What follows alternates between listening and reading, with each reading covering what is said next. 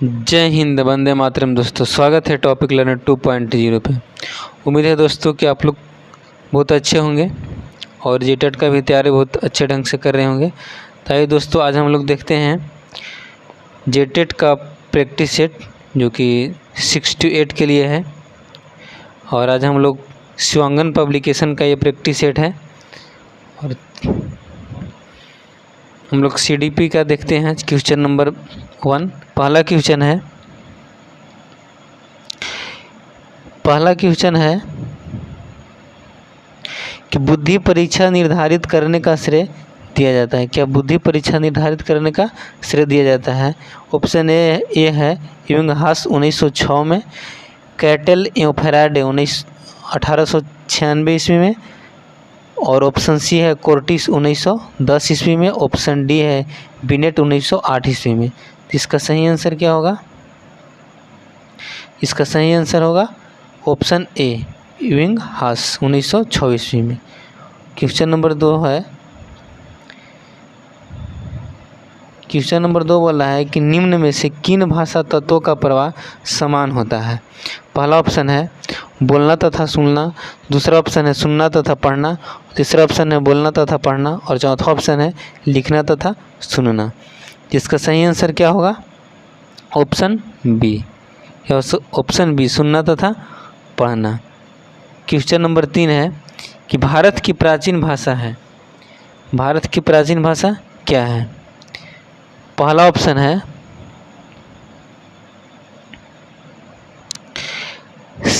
शैरसेनी, दूसरा ऑप्शन है वैदिक संस्कृत, तीसरा ऑप्शन है लैंगिक संस्कृत, और चौथा ऑप्शन है आर्ट। इसका सही आंसर क्या होगा? इसका सही आंसर होगा वैदिक संस्कृत, जो option B. Next question number 4 है। क्वेश्चन नंबर 4 बोल रहा है कि निम्न में से कौन सा कथन सत्य है? पहला ऑप्शन है लंबे और कठिन विषय के अधिगम के समय बालकों को विराम देना चाहिए। दूसरा ऑप्शन है विश्राम बालकों की रुचि और आयाम हेतु प्रेरणा प्रदान करता है। तीसरा ऑप्शन है विश्राम के फलस्वरूप स्मृति चिन्ह दृढ़ हो जाते हैं, और चौथा ऑप्शन है उपरोक्त में से सभी कथन सत्य हैं। इसका सही आंसर क्या होगा? उपरोक्त में से सभी कथन सत्य हैं। Next question number 5। Question number 5 बोल रहा है कि बालकों में ज्ञानेंद्रियों की संख्या होती है। बालकों में ज्ञानेंद्रियों की संख्या कितनी होती है? पहला ऑप्शन है 4, दूसरा 5, तीसरा 6, चौथा 7। तो कितने होते हैं? 5, option B. Next question number 6। Question number 6 बोल रहा है, क्वेश्चन नंबर 6 बोल रहा है कि अधिगम में निम्न में से किन ज्ञानेंद्रियों का प्रयोग किया जाता है? अधिगम माने सीखने के लिए। तो क्या होता है? आँख का भी प्रयोग होता है, कान का भी होता है, नाक का भी होता है, जिह्वा स्वाद के लिए होता है, त्वचा स्पर्श के लिए भी होता है। तो इसलिए सही आंसर इसका क्या होगा? उपरोक्त में से सभी, उपरोक्त में से सभी, option D. Next question number 7। Question number 7 बोल रहा है प्रशंसा एवं क्वेश्चन नंबर 7 बोला कि निम्न में से कौन सा कारक अधिगम को प्रेरित करता है? पहला ऑप्शन है प्रशंसा एवं प्रोत्साहन, दूसरा ऑप्शन है पुरस्कार, तीसरा ऑप्शन है स्पर्धा, और चौथा ऑप्शन उपरोक्त में से सभी। जिसका सही आंसर क्या होगा? उपरोक्त में से सभी। पुरस्कार भी होना चाहिए, प्रशंसा में प्रोत्साहन भी होना चाहिए, और स्पर्धा भी होना चाहिए। Question number 8। क्वेश्चन नंबर 8 बोल रहा है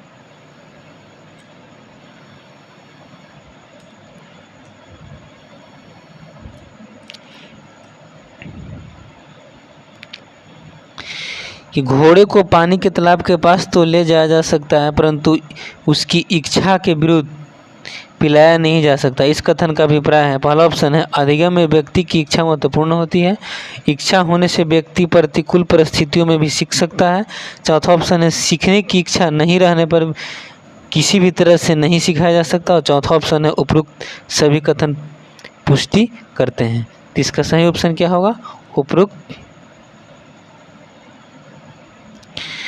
सभी कथन पुष्टि करते हैं, option D.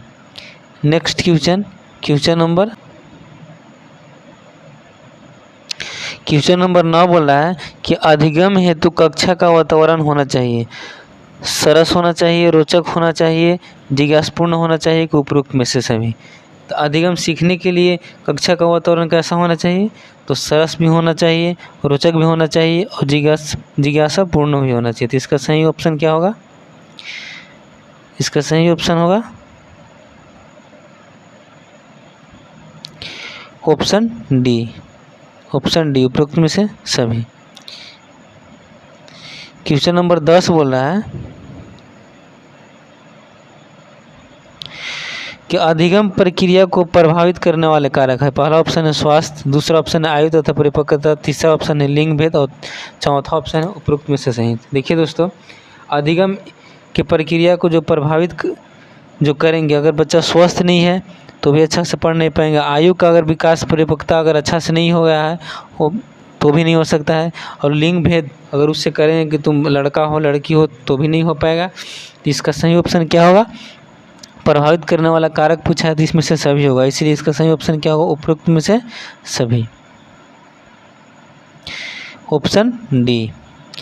Next question number 11 बोल रहा है कि निम्न में से कौन सा संवेगात्मक विकास को प्रभावित करता है? किसको? संवेगात्मक विकास को प्रभावित करता है। पहला ऑप्शन है थकान, दूसरा ऑप्शन है वंशानुक्रम, तीसरा ऑप्शन है परिवार की आर्थिक स्थिति और चौथा ऑप्शन है उपरोक्त में से सभी। तो क्या होगा?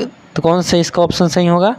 संवेगात्मक विकास को जो प्रभावित करेगा, इसमें थकान भी प्रभावित करेगा, वंशानुक्रम भी करेगा, परिवार की आर्थिक स्थिति भी करेगी। तो इसका सही आंसर क्या होगा?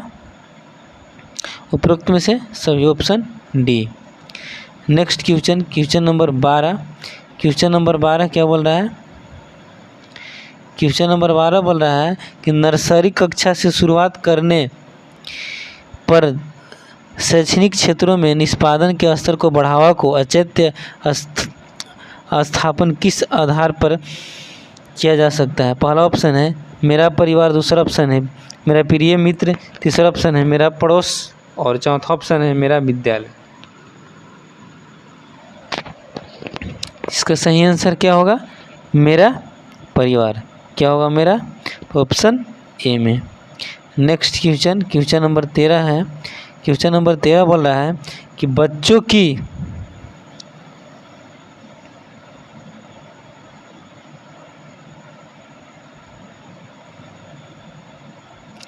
क्या बोल रहा है?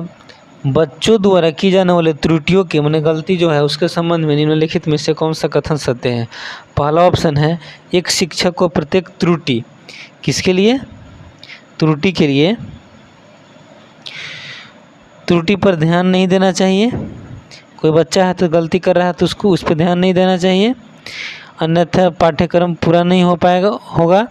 प्रत्येक त्रुटि को सुधारने में बहुत अधिक समय लगेगा तथा एक शिक्षक के लिए थकाने वाला होगा। तीसरा ऑप्शन है स्वयं बच्चा द्वारा त्रुटि को सुधारा जा सकता है, इसीलिए शिक्षक को उन्हें तुरंत नहीं सुधारना चाहिए। और चौथा ऑप्शन बोल रहा है कि एक शिक्षक द्वारा कक्ष में सभी बच्चों की त्रुटियों को सुधारने योग्य नहीं है, तो यह संकेत करता है कि शिक्षा की व्यवस्था असफल है। इसका सही आंसर क्या होगा? इसका जो सही आंसर होगा ऑप्शन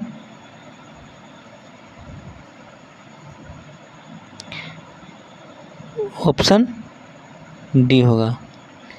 क्या होगा? Option D. नेक्स्ट क्वेश्चन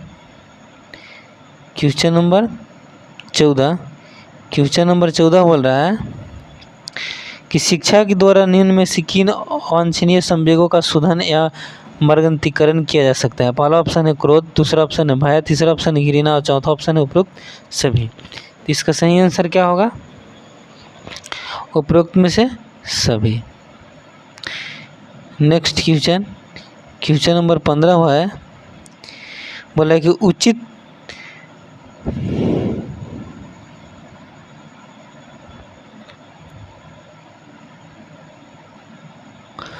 संवेगों के विकास से बच्चों को गुण विकसित हो सकते हैं। पहला ऑप्शन है चरित्र निर्माण, दूसरा ऑप्शन है कामुकता, तीसरा ऑप्शन अपराध की प्रवृत्ति और चौथा ऑप्शन है भय। इसका सही आंसर क्या होगा? चरित्र का निर्माण। क्वेश्चन नंबर 16 है। क्वेश्चन नंबर 16 बोल रहा है कि बालकों की उचित संवेग के विकास के लिए करना चाहिए। क्या करना चाहिए? पाठ्यक्रमोत्तर क्रिया जैसे खेल कूद प्रतियोगिता का आयोजन, स्थल भ्रमण, नाटक, नृत्य, संगीत आदि उपयुक्त शिक्षण विधियों जो बालक में सुखद संवेगों को विकसित करें। तीसरा ऑप्शन है विद्यालय के कार्यक्रम को बच्चों के अनुकूल होना चाहिए। चौथा ऑप्शन है उपरोक्त में से सभी। इसका सही आंसर क्या होगा? उपरोक्त में से सभी, option D. Next question number 25। Question number 25 बोल रहा है कि थर्नडाइक के प्रभाव नियम के अनुसार शिक्षण प्रक्रिया होनी चाहिए। कैसी होनी चाहिए? कक्षा के वातावरण से छात्र खुश हो तथा अध्यापन से संतुष्ट हो।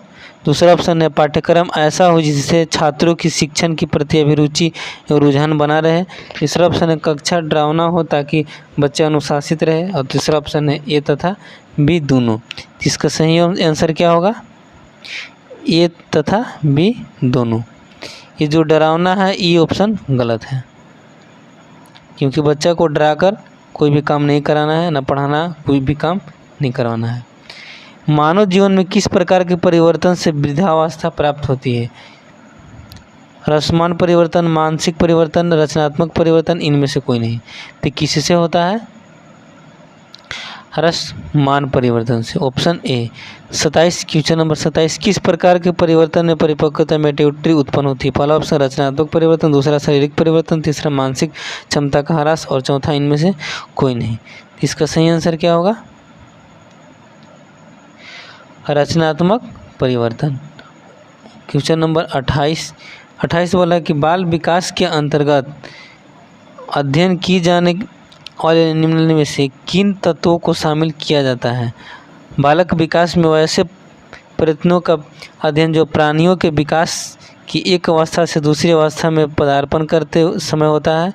बालक विषय के अंतर्गत व्यक्ति के और सार्वभौमिक परिवर्तनों का अध्ययन किया जाता है। बालक किसी विकास में प्राणियों में परिवर्तन कब और किस प्रकार होते हैं का अध्ययन किया जाता है। उपरोक्त में से सभी। इसका सही आंसर क्या होगा? उपरोक्त में से